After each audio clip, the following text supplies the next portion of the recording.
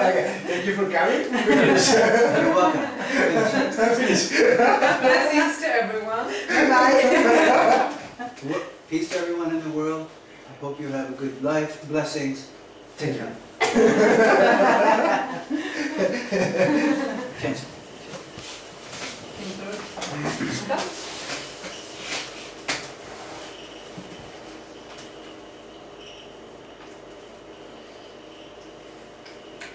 On the way.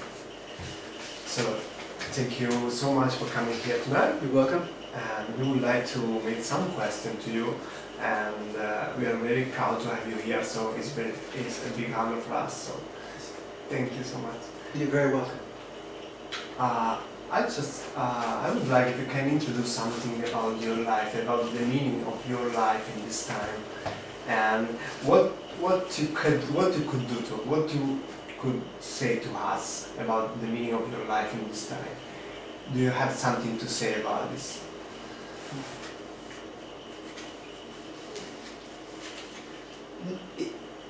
It's an interesting and a useful question. I think the best way to respond to the question is to not look at it just in the context of my life, but in the context of life in general. Because the two are not separate.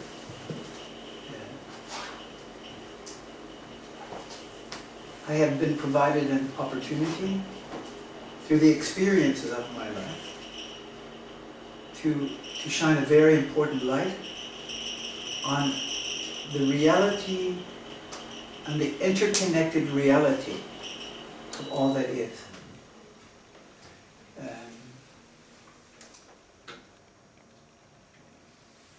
I have the privilege being born in this form.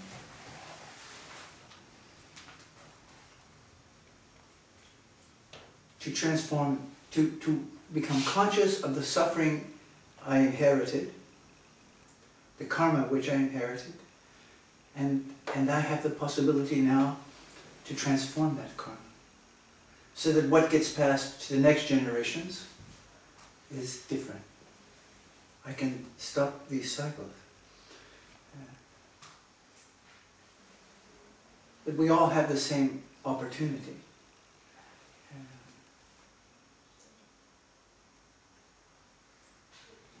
I want to think that although the experiences of my life are different than the experiences of your life, the point is not to look at where we're different, but to see the points that where we are connected. If I look in the sky at night, I see only random pieces of light. But if I have some information, then I can see how they connect to form pictures in the sky, the constellations. It is not different with the fabric of our lives. So I have the opportunity, because people have supported me, I now have the opportunity to support others, to begin to connect the points of light. One to the next, to me to you, to the next one, to the next one. And so it's about, not only about my life, but about our life. Thank you. Just a question. May I suggest just for the picture, if you come a little more here. Sure. Because it seems that you are looking... Yeah, I'm not looking at the really, camera. yes. I'll make it better. He's a professional. Yes. No, so it seems that you are... Yeah, good. Thank you so much. A question about your lineage. What about you choose to be a Mendicant monk? When I was invited to become ordained, I looked around while I was studying to see how people were living. I wanted how they were living in robes was not much different than how they were living not in robes. I didn't see the point of this. So I increased my studying to see how were the people living in ancient times when they put on robes. And I saw the essential qualities that they embraced. Now, interestingly enough, many of the qualities, many of the disciplines that the ancient monks followed, I learned in the military. So this was nothing new for me. But to live life more directly was most important for me. So to wear robes always, to not be dependent on the illusions of security, retirement, job, house, car, and I have access to all of these things, but I don't own them. So how to learn how to be of more support to the world around me by giving them an opportunity to learn how to be of support. So, living in this mendicant ways makes the most sense to me. Also, it's not very difficult for me because in the past I lived homeless on the street. I didn't have vows then and my life was quite different. But still I have the experience. You mean after the war? Yes, after the war. And you also speak about pilgrimage in the place of suffering. I read about this, and can you explain to me something better about this pilgrimage and working in the place of suffering? The most important thing to remember when going into a place of suffering is that I'm going in there not to bring something to the place, although this might happen. I'm going in there and in retreat to see what there is to learn, to see what is revealed to me. That's the point of retreat. In the silence and in the discipline of practice, to see what's revealed to me about my own conditioning, my own suffering. Pilgrimage is the same. The pilgrimage is not a journey from a place to a place, externally. To get on a bus and go to Medjugorje. It's not really a pilgrimage, although many people call it like that.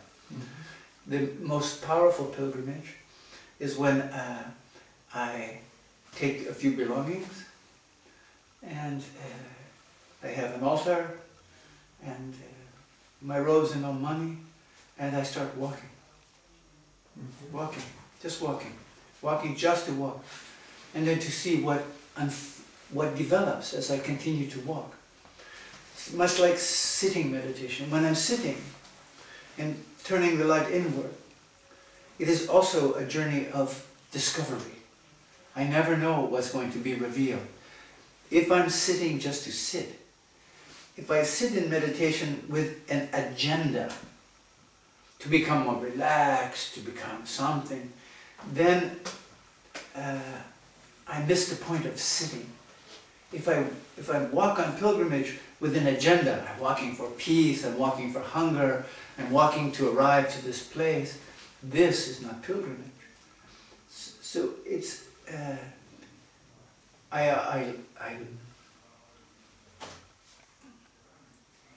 it's just a practice that developed for me.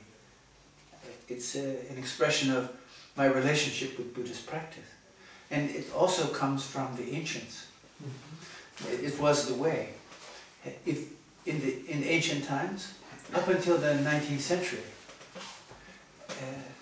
monks would live in the monastery, and then when they had achieved some realization, they were invited to leave the monastery and go on pilgrimage, and to visit, go from temple to temple to check their realizations. To not, because if we stay only in one place, we can reinforce each other's realizations. But when we go out of this closed environment, then we get to see the truth of our realizations.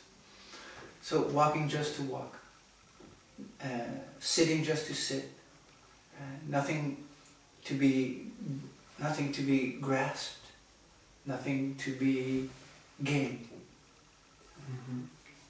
Thank you. And just a question about what you mean about suffering place, because you speak about the pilgrimage. What do you mean about the suffering place? In places like, let's see, there's a place, I think it's in Trieste, the Riseria. There's a place in Trieste, it's named the Riseria. It was one of the first camps in the Second War here in Italy. Mm-hmm. And it was also in this place where where the fascists began to experiment with using gas. Mm. So it was a prison camp. It was a place first for preparing the rice, and it was a factory, and then they made it to a prison. So to go to such a place and to sit there, and to do recitations there, to walk there, to eat there, to talk with one another there, in a very structured way. To notice, to learn about the place and notice how the history of the place begins to show itself in us. Because in the place, I see where I'm connected to the place, in the different ways in which I am. To notice that I'm not different from the place. This is the point of going to these certain places where suffering was an obvious center of suffering. You can walk down the street in Milan, it's not different, but you have to have a special awareness to realize that. When you go to these places, I went to a place in Germany. It was a mental institution where people who were chronically depressive, people who were antisocial, people who were handicapped, they were brought there and exterminated. I came there with a school class, and we walked into the room where they did the gas. It was a shower, and the children were all sort of acting and so on. They got them all in there. I shut the door. They couldn't get out. Very shocking. And then you get to observe how the conditioning is really present in each person. You watch how they react. You watch how they, the actions that they take, how their suffering controls them. And then you give them practice to teach them how to hold the suffering, and then to notice it, to pay attention to it, so that it stops to control them. Yeah. This is the point. Mm-hmm. Thank you. And another question was, what about the distinction between responsibility about something we did, about our mistakes, or about the pain we created, and feeling guilty? What about the distinction in this? Because also in our society it's very important to feel guilty and not take responsibility. What you can say to us? Well, I think you just answered your question. Mm-hmm. To feel guilty is a way to avoid responsibility. To feel guilty is useful. To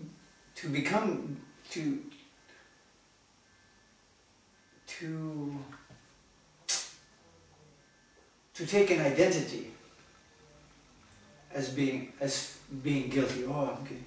To take this identity is not useful, not helpful. It's a way to avoid responsibility.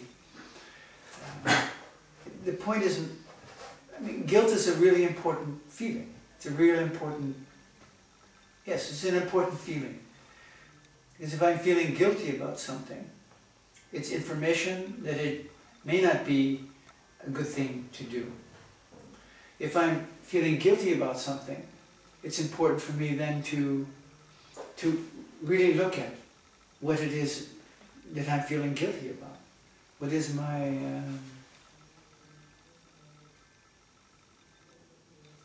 motivation?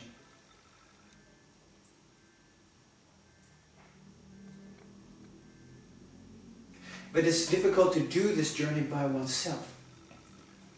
So while I must be self-reflective, I also must have a community of people that I can interact with, whom I trust. And I must have a contact, a regular physical contact with a teacher, a guide of some kind. Someone who's authentic, that I can check my awarenesses about. So if I have a guilty feeling, to look into that which I'm feeling guilty about. This is the journey to become aware of karma that I have inherited, or that I'm about to create. Then through this journey, which is also meditation practice, as I become more aware of the interactions of inherited karma and created karma, it is in this place that transformation begins to occur. So with awareness, I can then take responsibility for my actions. Then I can act by not doing them anymore. Yeah, I really love it in your book when you write about that you are the same person that made war, but also the same person that is a father in the same time. And you take this as a one person, not two different persons. I really like this passage because a lot of persons said, okay, I want to be just good, I don't want to be bad. And they create this division between these two parts of themselves. It's also impossible. If I say I only want, it's important. The journey of awakening brings us also to a realization: there cannot be good without bad. You take away the good. There can't be bad without good. If you take away the good, then there's only bad. You take away the bad, and good doesn't exist. You take away the good, bad doesn't exist. They are dependent on each other. To think I am only good is a misperception. But also, in practice, we come to a place of understanding beyond good and bad, where these judgments become irrelevant. That doesn't mean we then have permission to do whatever we want, because at the same time, you understand, a moral center becomes quite clear. It's not an idea. How to act in relation with the world we're connected then becomes more clear. It's when I attempt to interpret and decide and pick and choose that all of this is being driven by the causes and conditions of my life, the karma which I have inherited. So it's always important for me to remember that I am all those things that I have experienced. They're all still part of me. I am the soldier. I am the killer. I am the drug addict. I am the homeless person. I am the exploiter. I am the thief. But at the same time, I'm also not a killer. I'm not a drug addict. I'm not an exploiter. I'm not a thief. Both are true. And then when as one engages and becomes more conscious of these coexisting dynamics, they no longer control us. Then it's not about drug addict or not drug addict. I just know. Also, society, I think, feel better if can etiquette somebody. You know, can give a name. You are this. You are killer. You are drug. Then society can know what you are, and you have to be in this way for society. Maybe freedom from the label is something that we have to know. Freedom from to be just this. We are more than this. But society need to give your name, and you have to be as society wants. And a lot of persons have really a lot of problem to go out from this way to be. Because society say, you are a jailer, you have to be a jailer.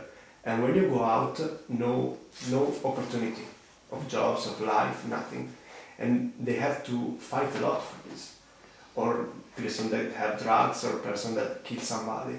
And so it's very important, your message of being free from all this name that society want to give you. Free and not free.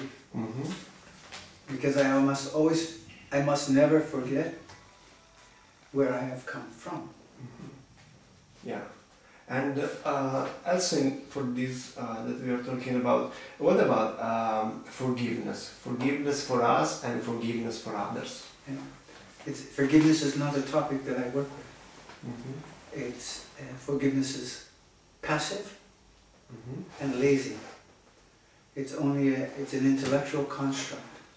Really? Yes. The more important is to understand, to accept what I have done, to understand the causes and conditions that led to this, and to take responsibility not only for what I've done, but for the causes and conditions, and then act differently. What does it mean, I forgive you? It's an empty. Doesn't mean anything if you don't change. It doesn't mean anything if I don't change. It's an empty word, forgiveness. Yeah. It's very beautiful what you said, because in our society forgiveness is so important. You cannot do nothing without forgiveness, and just if you give forgiveness, you are a good person. But in my understanding of Buddhist teachings, we live in working with the topic of interconnectedness, the interconnected reality of all that is. To recognize the interconnected reality of all that is, we must break down, or not break down, we must transcend the notion of dualities. Mm-hmm. Yes. While they exist, they also do not exist. So, if I am forgiving, then there is someone to be forgiven. So the forgiver and the forgivee. It creates immediately a separation. There is the one in jail and the one out of jail. It creates separation. To take down the walls of the prison, to take down the walls of separation, to take down the walls of duality is what is important. Forgiveness is empty, lazy. Yeah. Thank you. I must to think about it. Don't think about it too much. Mm-hmm. It's not something. It's not a. This is not an intellectual construction.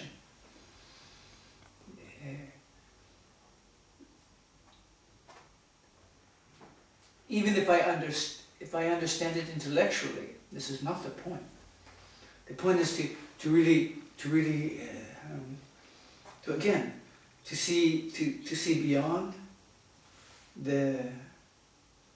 see beyond the constructions of separation, to begin to experience the interconnected reality, and how when I sit down and I talk with a prisoner, and the prisoner acknowledges to me that they are in prison because they've killed someone, there's nothing to be forgiven there, because I'm also a killer. I have to see where I am connected with this person. If I don't have the capabilities to see, or the capacity to really experience this connection in some way, not in an artificial way or an intellectual way, but to experience it in this very real way. There's nothing I can offer to that person to support them. Because I will have created the separation. I am the forgiver, this is the forgivee. I forgive you for what you've done. It doesn't matter if I forgive them or not, if they don't change, nothing changes. And I can feel, and often I want to feel good about myself. I feel powerful when I can forgive you. Oh, I forgive you. It's so empty. So you can see a connection between feeling guilty and forgiveness, maybe?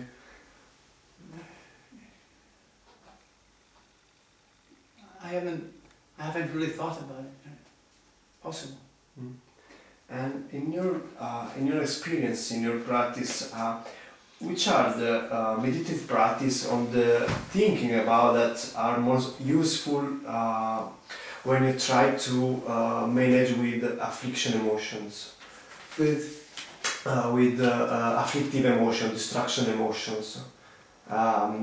Which are your practice or your meditation that you act when you have to manage with afflictive emotions or destruction emotion or mental poisons? First off, I would say we don't have any mental poisons.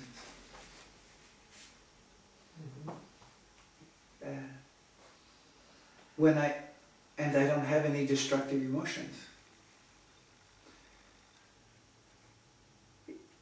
They only become destructive if I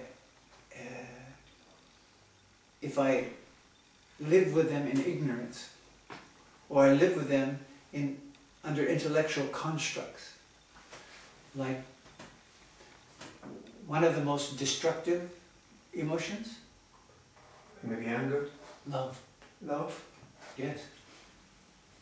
Love is one of the most destructive emotions because we have such a false conception of what is love. So we attempt to impose that conception on the world around us, and we inflict so much pain and suffering in the name of love. It's this also the notion of helping. It's also a very destructive emotion. Because I have an idea of what, if I have an idea of what I need to do to help you, already, this is already an act of violence. I have nothing, there's nothing that I can do to help another except to really be present and listen to them. In the process of being present and listening to them, which is a meditation practice, just to listen, to be really present. And when I'm listening to the other, the way I listen to the other is to pay attention to what is rising in me. So pay attention to the feelings that I have and the thoughts that I have. And watch how when the thoughts and the feelings, they mix together, they begin to form my view of what is happening, my perceptions. And then I act on those perceptions as if they are facts. And they are not facts. They are merely perceptions. If I am not unaware of this, and this is the point of practice, the awareness. If I am not aware that what's happening is rooted in my perceptions, then I will take my perceptions as absolute facts, I will act on that, and then think that I'm helping the other, when really I only hurt them, because I have not listened to them. I need to be able to really listen. To listen, I have to really be able to pay attention to the feelings that rise, to the thoughts that rise, and understand this relationship between thoughts, feelings, and perceptions. Okay. And Last question. Last question. Okay. Do you have some suggestion that come from your practice for people of today? Some suggestion about your practice, some suggestion about what we can do to make the world better? Yes, I do. What I would say to you, and what I'll say to everyone in the room, what I would say to everyone who watches, who may watch this clip, that when you wake up, the very first thing in the morning, before you do anything, unless you have to go to the toilet. If you have to go to the toilet, please go to the toilet. But what you do is you put both your feet flat on the floor, and then sit with your back straight, and then bring your chin in a bit. Really have a nice, start your morning with a nice posture on the edge of the bed. Find a comfortable position for your hands. And then concentrate on your breath. Breathe in through your nose. Breathe out through your mouth. And when you breathe in through your nose, don't follow the breath into your body, but simply pay attention to the precise point where your breath enters the body. And when you breathe out, don't follow the breath out of the body, but just pay attention to the precise point where the breath leaves the body. Really, breathe in, knowing that you're breathing in. And when you breathe out, know that you are breathing out. Start each day like this. Every day, start like this. And then finish the day like that. When you finish sitting, when you rise up from the bed, first thing you do is you make the bed as if you never slept in it. It is a kindness that you offer to the bed that has supported you through the evening. The bed and I are not two things. As I treat the bed, I treat myself. If I ignore it and leave it in a mess, I am doing the same with myself. Then when I move into the day, I move into the day with this conscious awareness. And when I end the day, I end it in a similar way. Start there. And do this just to do it every day. And see what happens. Okay. Good. Thank you so much. You're welcome. Now we can turn on the aircon.